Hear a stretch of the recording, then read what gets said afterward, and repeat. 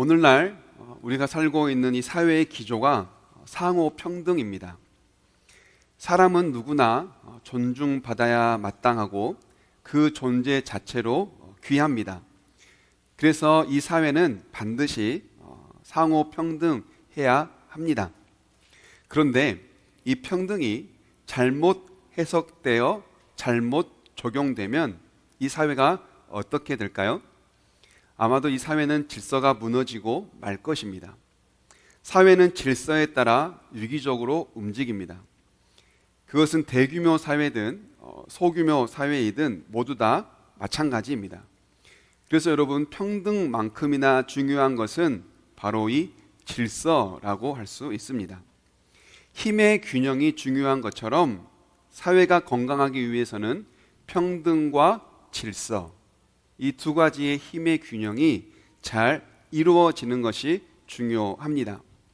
우리는 오늘 본문을 통해 이 평등과 질서의 균형을 잘 이루는 사회가 중요한 것처럼 신앙 가운데에 이 두 균형을 잘 이룬 한 사람을 함께 보고자 합니다.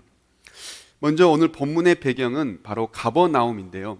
이 가버나움, 오늘 본문의 1절입니다. 우리 함께 읽어보실까요? 시작. 예수께서 자기의 모든 말씀을 백성들에게 들려주신 뒤에 가버나움으로 가셨다. 예수님께서 많은 사람들에게 말씀을 가르치신 뒤에 가버나움이라고 하는 곳으로 가셨다는 거예요. 이 가버나움은 갈릴리 호수 북부 지역에 있는 마을입니다. 예수님 당시에 이곳은 대도시로 속했습니다.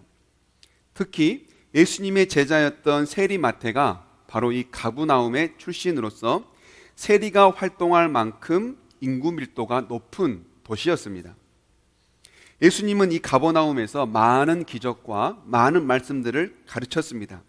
그럼에도 불구하고 가버나움에 사는 사람들은 예수님을 거부했습니다. 그래서 누가복음 10장 15절에도 보면 예수님께서 이 가버나움, 이 지역을, 이 도시를 회개하지 않는 도시라고 책망하는데요, 내가 하늘까지 높아지겠느냐?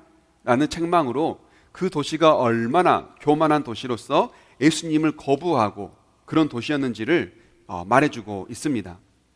이처럼 가버나움이라고 하는 오늘 본문의 배경의 이 도시는 하늘까지 찌르는 듯한 교만함을 가지고 있는 교만한 도시였습니다. 회개하지 않고 교만으로 가득한 이 도시가 바로 오늘의 배경이었다라는 것을 우리가 먼저 염두할 필요가 있겠습니다. 이런 가버나움에 주둔하고 있는 한 로마의 장교가 있었습니다. 바로 로마의 백부장, 오늘 본문에서는 그냥 백부장으로 우리에게 소개하고 있는데요, 이 백부장에게 병든 종이 하나 있었습니다. 그리고 이 병든 종을 치료하기 위해서 예수님께 사람들을 보냅니다.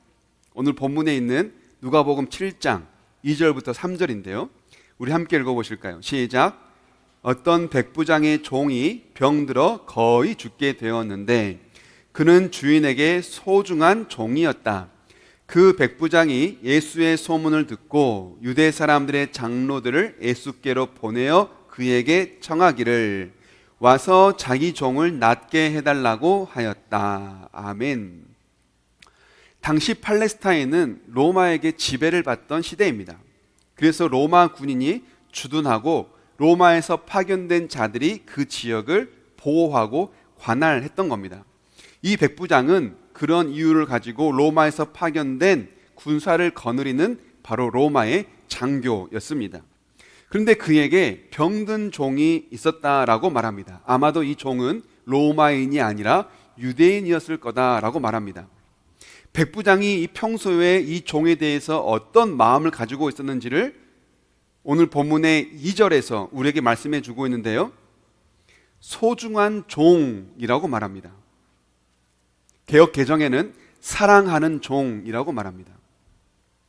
지배국의 로마 장교가 피지배국의 유대인의 종을 소중히 여긴다? 이것은 상식에서 벗어난 일입니다. 우리는 우리의 역사를 통해서 일본에게 나라를 빼앗겼을 때 우리의 많은 우리나라 사람들이 얼마나 큰 수치와 아픔을 겪었는지를 우리는 잘 알고 있습니다. 당시의 종은 주인의 소유물에 불과했습니다.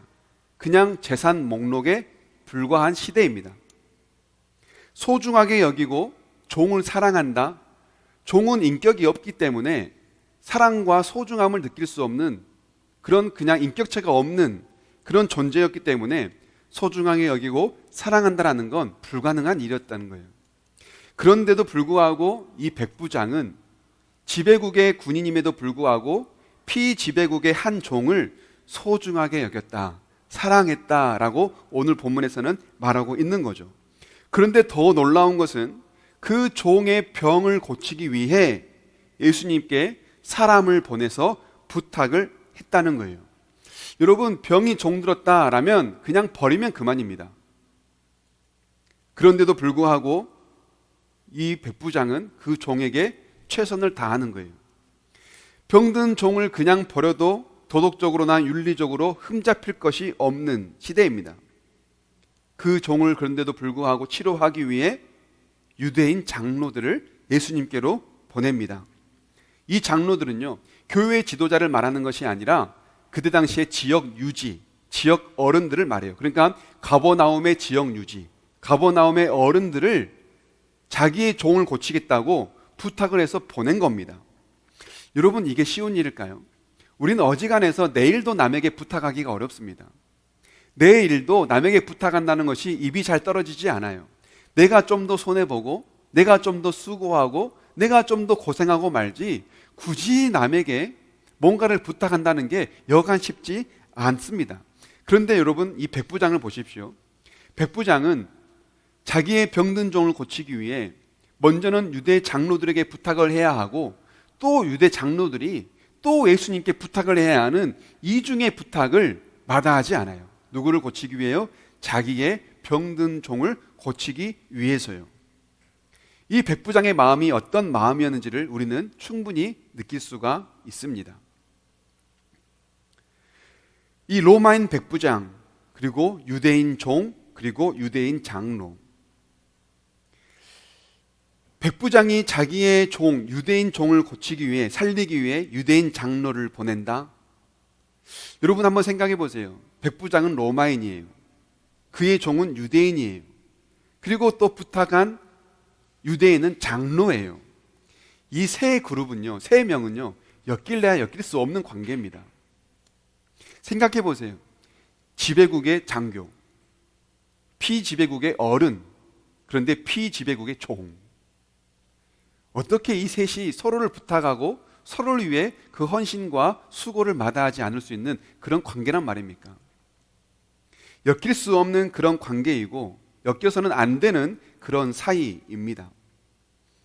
유대인 장로 역시 아무리 로마 장교가 부탁한들, 아니 당신 생각해 보시오.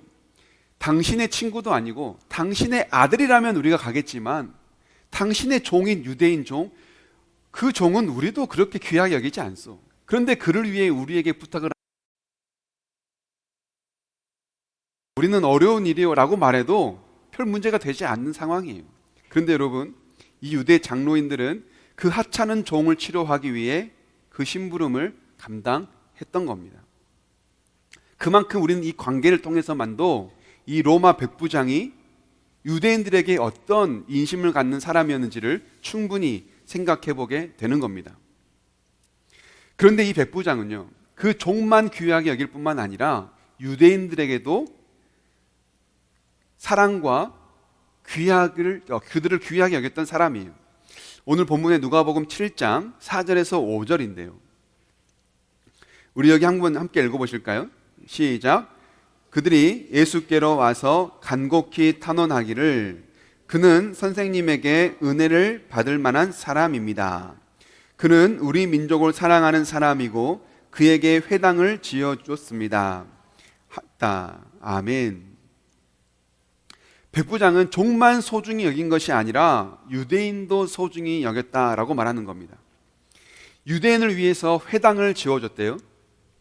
회당은 그냥 한 사람이 돈 내가지고 지을 수 있는 곳이 아니에요.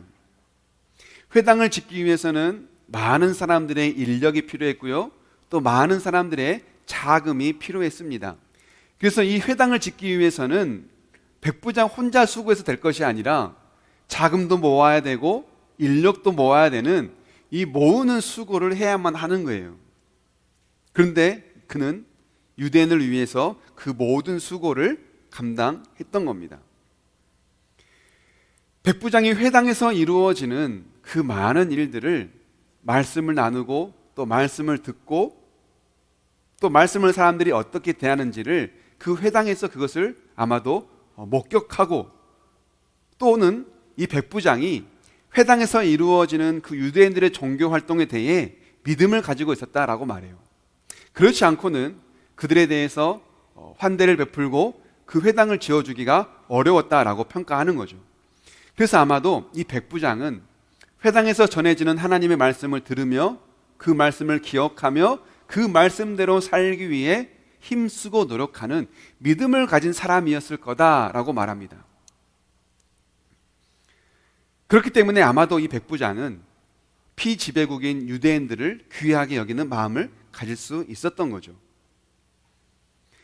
유대 장로들은요, 이 백부장의 부탁을 듣고 예수님께 찾아가 백부장이 부탁하더라 라는 말을 전할 때에 건성으로 하지 않아요. 최선을 다해 마치 자기 일인 것처럼 예수님께 부탁을 합니다. 그리고 이 백부장에 대해서 칭찬 또한 아끼지 않습니다. 얼마나 대단한 사람이었는지를 백부장에 대하여 최선을 다해 칭찬하는 거죠. 여러분 한번 생각해 봐요. 아무리 백부장이 좋은 관계라서 유대 장로들이 그 부탁을 듣고 간다 한들 부탁해야 되는 상대가 누구입니까? 유대 어른이 아니라 누구예요? 바로 예수님이에요. 우리는 성경을 잘 봐서 알죠. 예수님이 당시 유대인들에게 인기가 있었습니까? 인정을 받았습니까? 더욱이 유대 장로들이에요. 지역 어른들이고 유지들이에요. 그 유대 장로들이 예수님에 대하여 어떤 인식을 가졌을까요? 좋은 마음을 가졌을까요? 아니요. 예수님에 대하여 소문은 들었을지라도 소문을 듣고 뭐 이런 사람이 다 있어 라고 취급하지 않았을 거란 말이에요. 그런데 유대 장로들은 그 예수님에게까지 찾아가 부탁을 합니다. 그만큼 이 유대 장로들은 백부장에 대하여 대단한 마음, 그 백부장이 얼마나 훌륭한 인격을 가지고 얼마나 대단한 사람이었는지를 우리는 이 모습을 상상해 보면서 충분히 생각해 보게 되는 겁니다. 유대 장로들에게 이 백부장에 대한 소식을 들은 예수님이 이제 백부장의 집으로 향합니다. 그런데 백부장이 예수님이 거의 왔다라는 소식을 듣고 자기 친한 친구들을 다시 또 보내요. 처음에는 유대 장로들을 보내고 이제 친구들을 또 보냅니다. 친구들을 보내서 뭐라고 말하냐면 예수님을 오지 못하게 막아요. 왜일까요? 지금 자기가 귀하게 여기는 그 종을 치료하기 위해서는 예수님이 빨리라도 자기 집에 와야 되는데 그렇게 부탁해 놓고 이제 와서는 오지 말라고 친구들을 보내서 막고 있는 겁니다. 왜일까요? 백부장의 입장에서는 예수님이 자기 집에 오는 것이 너무나 대단한 일이었던 거예요. 높으신 예수님이 낮고 천한 나의 집에 오신다라는 걸 백부장의 입장에서는 상상도 할 수 없었던 일이에요. 그래서 예수님이 우리 집에 오신다? 이건 내가 감당하지 못할 일이에요. 그래서 친구들을 보내 부탁을 하죠. 예수님께서 나의 집에 오시는 건 제가 감당할 수 없습니다. 그래서 제가 직접 찾아가지 않고 유대 장로들을 보낸 것 아니겠습니까? 저는 예수님을 만날 자격이 없는 사람입니다. 저는 높으신 예수님을 만날 자격이 없는 사람입니다. 그러니 우리 집에 직접 찾아오지 마시고 그냥 말씀만 하십시오. 제가 로마 장교인데요, 저에게도 높은 사람이 있고 낮은 사람이 있습니다. 저 역시 높은 사람이 명령하면 그 명령에 순종하는 사람이고 저 역시 내 부하에게 명령하면 그 부하들도 뭐든 다 해냅니다. 그러니 예수님, 높으신 예수님께서 말씀만 하시면 그냥 그 병이 나을 것을 저는 믿습니다. 그러니 높으신 예수님께서 그냥 말씀만 하십시오. 굳이 우리 집까지는 찾아올 필요가 없습니다 라고 말하는 거예요. 보실까요? 오늘 본문의 누가복음 7장 7절에서 8절인데요. 우리 함께 읽어보시죠. 시작. 그래서 내가 주님께로 나올 염두도 못 냈습니다. 그저 말씀만 하셔서 내 종을 낫게 해주십시오. 나도 상관을 모시는 사람이고 내 밑에도 병사들이 있어서 내가 이 사람들어 가라 하면 가고 저 사람들어 오라고 하면 옵니다. 또 내 종들어 이것을 하라고 하면 합니다. 여러분, 백부장은 군인입니다. 상명하복에 철저하게 길들여진 사람입니다. 윗사람이 명령하면 얼마든지 순종해야 되고 내가 명령하면 아랫사람이 또 얼마든지 순종하는 것을 너무나 잘 알고 있는 사람이에요. 높으신 예수님이 명령만 하면 이 병이 당연히 나을 것이라는 그 기대가 바로 이 백부장에게 있었던 거예요. 이 백부장의 말을 들은 예수님께서 놀라시죠. 그러면서 자기를 따라오던 뒷사람들을 향해 그들을 보고 이렇게 말씀하십니다. 오늘 본문의 9절이에요. 함께 읽어보시죠. 시작. 예수께서 이 말을 들으시고 그를 놀랍게 여기시어 돌아서서 자기를 따라오는 무리에게 말씀하셨다. 내가 너희에게 말한다. 나는 이스라엘 사람 가운데서는 아직 이런 믿음을 본 일이 없다. 아멘. 여러분, 예수님은 시간과 공간을 초월하시는 분입니다. 예수님이 우리 곁에 없는 것 같아도 예수님은 우리 곁에 계시는 분이에요. 예수님이 내 기도를 듣지 않는 것 같아도 예수님은 우리의 기도를 들으시는 분입니다. 예수님은 내 마음이 아픈 것을 모르는 것 같아도 예수님은 내 곁에 계셔서 우리의 마음을 만지시고 위로하는 분입니다. 여러분, 믿음은 보고 믿는 것이 아닙니다. 믿음은 증거가 있어야 믿는 게 아닙니다. 믿음은 보이지 않아도 믿는 거예요. 믿음은 증거가 없어도 믿는 겁니다. 백부장에게는 바로 그 믿음이 있었던 거예요. 예수님이 굳이 우리 집까지 안 와도 말씀만 하시면 나을 겁니다. 예수님은 시간과 공간을 초월하시는 분이시니, 예수님은 권력 있고 권위가 있는 분이시니 말씀만 하시면 그 신하들이 다 떠날 겁니다. 그러니 그 병 나사라고 말씀만 해주십시오. 제 책상 컴퓨터에 이런 말씀이 붙어 있습니다. 그리스도를 섬기는 자는 하나님을 기쁘시게 하며 사람에게도 칭찬을 받느니라. 그리스도를 섬기는 자는 하나님을 기쁘시게 하며 사람에게도 칭찬을 받느니라. 로마서 14장 18절 말씀인데요. 아침에 출근하면 항상 보고 읽는 말씀이에요. 여러분, 믿음은 무엇입니까? 우리는 백부장을 보고 믿음은 무엇인가 다시 한번 생각해 보게 됩니다. 여러분, 믿음은 하나님을 기쁘시게 하고 사람에게 칭찬을 받는 거예요. 믿음과 사랑은 때려야 뗄 수 없는 관계입니다. 예수님께서 백부장의 믿음을 보시고 놀란 이유는 바로 그 믿음을 가졌기 때문이에요. 절대적 권위를 믿는 그 믿음도 있었지만 바로 사람들에게 칭찬을 받는 믿음도 있었다는 거예요. 즉, 사람들을 친절하게 대하고 사람들에게 사랑을 베풀므로 하나님께 영광을 돌리며 칭찬받는 그 삶을 살았다는 겁니다. 예수님께서는요, 이 가버나움에 오셔서 백부장을 만나기 전에 사람들에게 말씀을 가르치다가 오셨어요. 사람들에게 가르치던 말씀이 있는데요, 그게 바로 오늘 본문 앞에 있는 누가복음 6장입니다. 누가복음 6장 27절에 보면 예수님께서 사람들에게 가르쳤던 그 말씀에 결론과 같은 말씀이 있어요. 우리 함께 읽어보실까요? 시작. 그러나 내 말을 듣고 있는 너희에게 내가 말한다. 너희의 원수를 사랑하여라. 너희를 미워하는 사람들에게 잘 해주고. 원수를 사랑하라. 너희를 미워하는 자에게 잘해줘라. 그 말씀을 하시고 나서 가버나움에 와서 누구를 만났어요? 백부장을 만났던 거예요.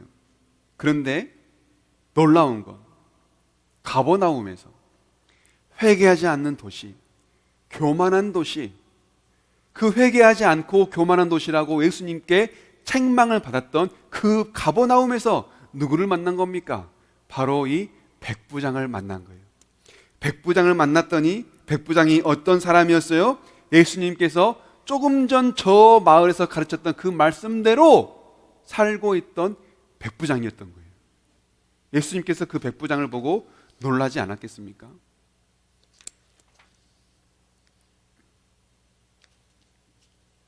예수님께서는 오늘 말씀을 하시고 나서 그 백부장의 믿음을 보시고 놀라시고 나서 자기를 따라오는 무리들에게 지금까지 이스라엘 중에 이만한 믿음을 가진 사람을 본 적이 없다. 여러분, 이 말씀은요, 오늘날 우리에게 하시는 말씀입니다.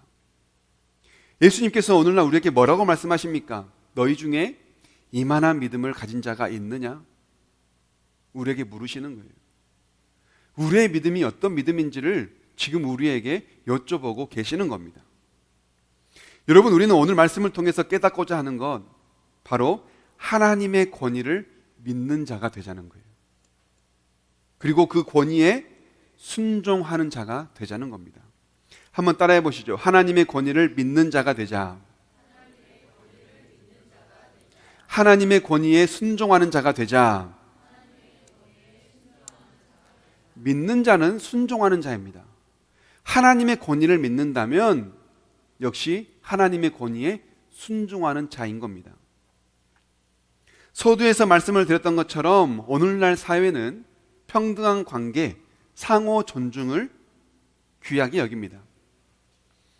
그래서 직장에도 보면요, 직책을 부르지 않고 이름 뒤에 님자를 붙여서 부른다고 해요. 누구누구님, 누구누구님, 전에는 누구누구 부장님, 누구누구 사장님 이렇게 불렀다면 이제는 그냥 누구누구님, 누구누구님 직책 없이 이름 뒤에 님자를 붙여서 부른다 그래요. 심지어 또 어떤 회사는 퇴근 시간 되면 회사의 전기가 끊어진답니다. 더 이상 일하지 않고 모든 직원들이 똑같이 퇴근할 수 있도록 그렇게 구조를 만들었대요. 요즘 회사에 회식 참여는 어때요? 다 자율성을 가집니다. 개인 상황에 따라 탄력 근무도 하는 회사도 많죠. 네, 물론 일부입니다. 이런 사회 흐름 속에서 우리가 권위와 순종을 말하면 굉장히 괴리감을 느껴요. 사회는 이런데 왜 교회에서는 권위와 순종을 말하는가? 교회는 늘 왜 사회보다 뒤처져야 하는가? 이런 말들을 많이 합니다. 그런데 여러분, 서두에서도 말씀드렸잖아요. 이 사회는요, 평등한 사회라고 말하지만 그 안에는 반드시 질서가 있어야 되는 겁니다. 회사에서 아무리 이름 뒤에 님자를 붙이고 직책을 부르지 않는다고 해서 질서가 없는 거 아니에요. 그 뒤에는 반드시 직책이 따르는 겁니다. 그래서 님자를 붙인다고 해도 어떤 부분에서는 평등한 관계일지 모르지만 또 어떤 부분에서는 반드시 질서의 관계가 이어지는 겁니다.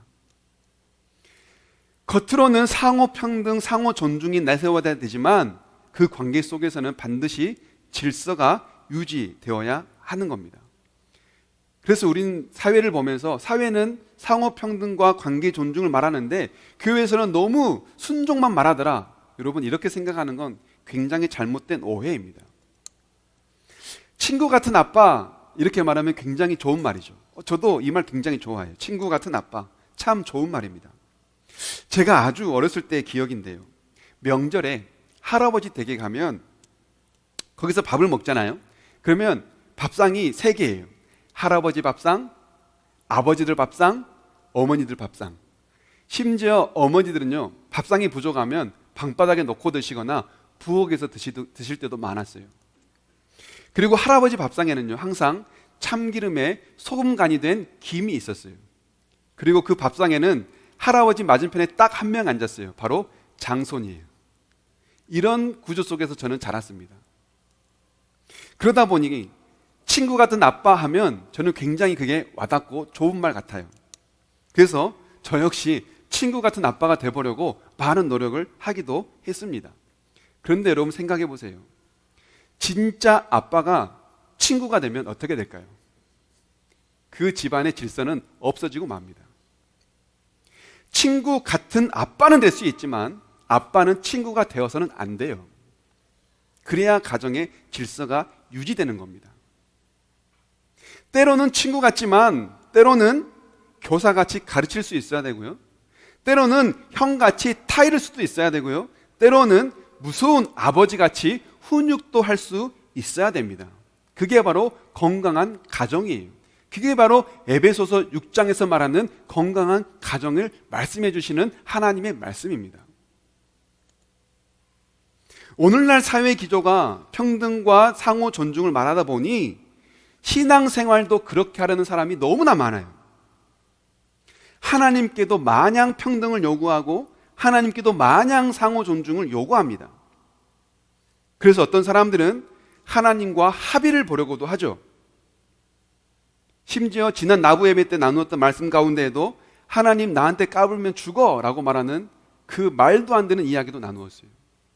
그러니까 그런 말들이 아무렇지도 않게 내뱉어지는 것 아니겠습니까?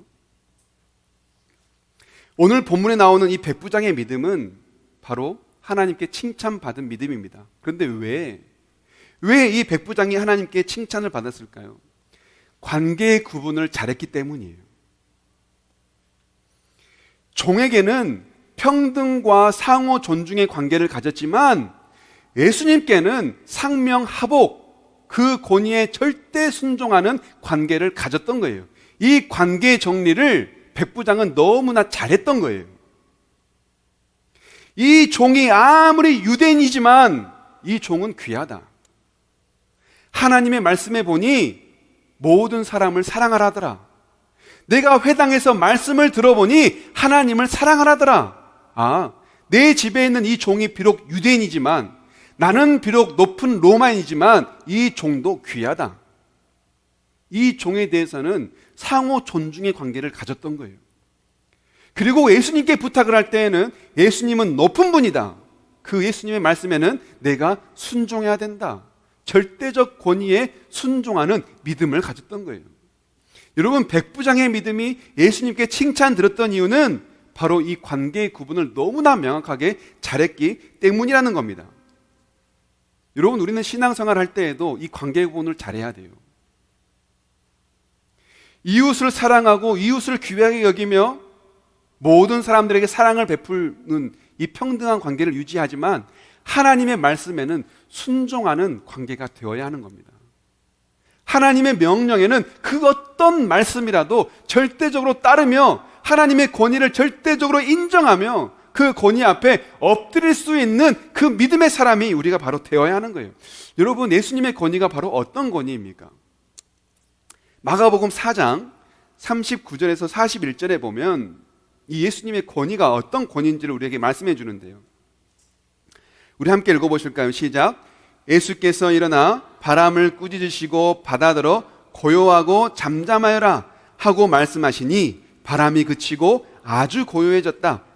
예수께서 그들에게 말씀하셨다. 왜들 무서워하느냐? 아직도 믿음이 없느냐? 그들은 큰 두려움에 사로잡혀서 서로 말하였다. 이분이 누구이기에 바람과 바다까지도 그에게 복종하는가? 여러분, 예수님의 권위가 어떤 권위입니까? 예수님은 어떤 분입니까? 바람과 바다도 순종하게 하는 분이세요. 예수님은 바람과 바다의 주인이기도 합니다. 그렇기 때문에 인격체가 아닌 바람과 바다까지도 예수님의 말씀 앞에 순종하지 않습니까? 그 예수님의 권위 앞에 두렵고 떨려서 순종하지 않습니까? 우리가 예수님의 권위에 순종하는 건 그래서 너무나 당연한 일이에요. 바람과 바다도 순종하는데 인격체인 우리가 왜 순종하지 못하냐고요. 예수님의 권위에 순종한다면 예수님은 우리를 어떻게 하실까요? 여러분 한번 생각해 보세요. 아버지의 말씀에 절대적으로 순종하는 자녀가 있다. 한번 생각해 보세요. 아버지가 그 자녀를 책임지지 않겠어요? 회사 사장님 말에 절대적으로 순종하는 직원이 있다. 사장이 그 직원 책임져 주지 않겠어요? 하다못해 인간 사회도 그런 관계를 맺는데 하나님은 우리가 그 말씀에 순종하면 우리를 그냥 내버려 두겠냐고요. 하나님의 말씀에 순종하면, 하나님의 권위에 순복하면 하나님은 우리의 인생을 책임집니다. 하나님은 우상을 숭배하고 하나님을 원망하고 하나님을 배신하고 죄를 짓는 그 이스라엘 백성들도 책임지셨어요. 긴 광야 생활을 하나님은 책임져 줬어요. 가나안에 들이시고 그들의 삶을 책임지셨어요. 광야 생각해 보세요. 얼마나 그들이 원망하고 얼마나 불평했습니까? 가나안에서 살 때 생각해 보세요. 왕 달라고 조르고 왕 주니까 왕과 함께 중심으로 죄 짓고 하나님 떠나고 결국 분열당하고 결국 포로로 잡혀가고 그래도 철 못 들어서 또 우상 숭배하고 그게 이스라엘 아닙니까? 그런데도 여러분 하나님은요 그 죄 많은 이스라엘을 끝까지 책임지시기 위해 어떻게 하시나요? 자기의 아들을 보내시잖아요. 예수님을 보내셔서까지 그 백성들을 이스라엘을 책임지지 않습니까? 심지어 십자가 위에서 죽기까지 그 백성들을 책임져 주지 않느냐고요. 하나님은요 자기 백성들을 그냥 내버려 두지 않고 끝까지 책임지세요.